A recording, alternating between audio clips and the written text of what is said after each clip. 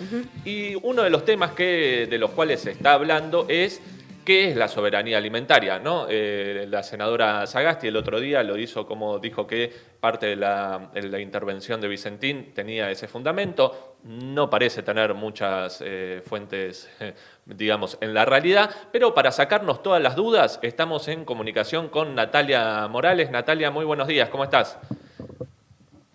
Hola, ¿qué tal? Buenos días, Pato, Lucho, Lía. Buenos Ahora días, sí, estamos Nati. conectados. Estamos conectados nuevamente. Bueno, Natalia es diputada provincial por el Frente Izquierda en Jujuy. También ha sido delegada de la Secretaría de Agricultura Familiar. Vos, Nati, conocés muy bien de lo que se trata cuando se habla de soberanía alimentaria, pero si querés, arranquemos por ahí de nuevo. Si se lo tenés que explicar a alguien simplemente, ¿cómo lo dirías? Sí, muy bien, Pato. Me parece que podemos definir a la soberanía alimentaria como el derecho de los pueblos a poder definir, ¿no?, su sistema alimentario, su sistema productivo, a poder contar con alimentos nutritivos y saludables y a la misma vez accesibles, ¿no?, producidos de forma ecológica y económicamente sostenible. Me parece que es una definición que podemos hacer de soberanía alimentaria y que, bueno, la verdad que genera se ha generado mucho debate en relación a lo que vos decías con la expropiación de Vicentín, si realmente es una acción que apuntaría a la soberanía alimentaria o no. Bueno, justamente eso queríamos preguntarte a vos, si esa expropiación avanza en ese plano o no. ¿Qué Sí, consideras vos? totalmente. Mira, me parece que sí, que como está planteado hasta ahora, claramente que no, porque es más extractivismo y que de hecho a partir de la expropiación, de Vicentín, no está en cuestionamiento el agromodelo, o sea, el monocultivo de la soja, del maíz transgénico, ni tampoco está, que es política de Estado, eso me parece también importante marcarlo, y del que es parte el holding Vicentín de esta política de Estado. O sea que si se expropia Vicentín, se va a seguir produciendo granos transgénicos para los commodities, o sea, para la exportación, para el negocio de los commodities, y no para la alimentación del pueblo argentino. Entonces me parece que eso hay que dejar en claro. Y que a la misma vez también, si hablamos de soberanía alimentaria, me parece que el agronegocio va en dirección totalmente contraria, porque tanto la Argentina como otros países están totalmente subordinados al accionar de estas grandes empresas multinacionales, transnacionales, que concentran la producción de granos transgénicos y donde casi el 90% se destina a la exportación, a Claro. estos negocios que estamos diciendo, y que como mucho se destina para engordar estos chanchos de De estas China, granjas claro. industriales que son enormes de China, Pensé que estaban hablando como de se los estuvo dueños viendo de Vicentín.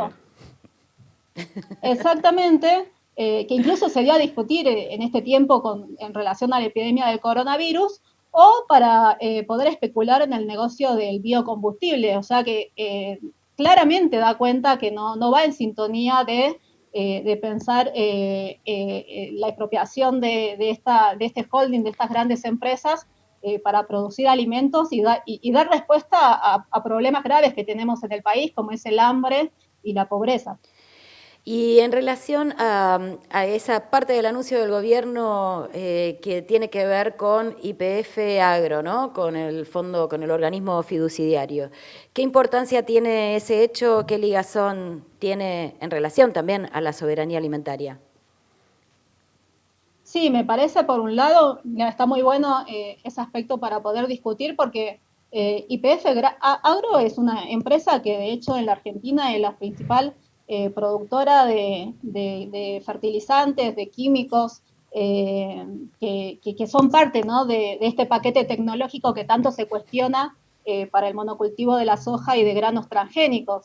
Entonces, y que está totalmente asociado a aspectos que no solamente va en contra de la soberanía alimentaria, sino que estamos hablando de costos importantes en lo que es la salud humana. Es una pelea enorme que vienen llevando adelante, por ejemplo, las organizaciones ambientales en relación, por ejemplo, a todos los pueblos fumigados que hay en el país, consecuencias en la salud humana, que ha generado un montón de consecuencias, incluso también en poblaciones que han sido que han sido movilizadas de sus territorios, como poblaciones campesinas, por ejemplo, también que está vinculado a lo que es el despojo de los pueblos originarios de su territorio, al desmonte, a la tala de bosques nativos. Y entonces, hablar de que YPF Agro sea el organismo fiduciario para hacerse cargo de Vicentín, de este holding, la verdad que bloquea cualquier tipo de accionar que vaya en sintonía con la soberanía alimentaria.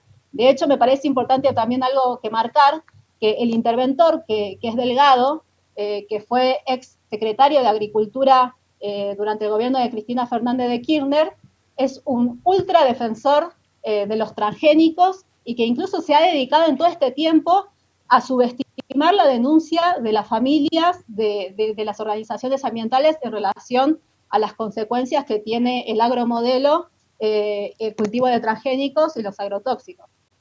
Buen dato ese que planteaba el último Natalia, después podemos profundizar. Y para terminar te quería preguntar, porque por ahí dicen que nosotros nos concentramos en las críticas, ¿qué plantearíamos ante la expropiación de Vicentín? ¿Qué medidas se podrían tomar a favor de la soberanía alimentaria? Sí, totalmente. Mira, además de desconocer la gran estafa como se vino denunciando y ustedes lo tomaron muy bien, desconociendo obviamente la deuda, el pago por la expropiación, tendría que ser parte de la expropiación, por ejemplo, una de las empresas que es parte de Vicentín, que es Renova, que es la principal, por ejemplo, empresa que muele granos de soja a nivel mundial y que a la misma vez tiene una planta en Timbúes, en Santa Fe, que es una de las más grandes plantas que elabora aceite de soja, pero en este caso hasta ahora la está elaborando para el negocio del biocombustible. Entonces me parece muy importante pensar que en vistas y aspectos de soberanía alimentaria tenemos que pensar, además del ESPRON, tenemos que pensar en un proceso de reconversión productiva y tecnológica de Vicentín, donde sean los trabajadores de Vicentín, pero en conjunto con organizaciones ambientalistas, con las cátedras de la soberanía alimentaria, con investigadores y profesionales del CONICET, con organizaciones ambientalistas y de la agricultura familiar, quienes puedan definir, por ejemplo, este plan de reconversión productiva, donde hay algunas cosas que ya se pueden ir pensando, por ejemplo, que se muelan granos que no sean transgénicos y se pueda producir harina a bajo costo, para la alimentación de la población argentina a bajo costo, que esa gran planta que produce aceite para el biodiesel se la piense para producir, por ejemplo, alimentos y aceite comestible, producto de oleaginosas que no sean transgénicas, que se pueda promover y que, por ejemplo, granjas y la producción agroecológica para también pueda abastecer la producción en esa planta de Vicentín. Me parece que son algunas medidas que se pueden pensar a la hora de acciones que dan cuenta de la soberanía alimentaria y que me parece algo también importante dar cuenta, ¿no? Si hablamos de Vicentín, pero hablamos también de la soberanía alimentaria del país,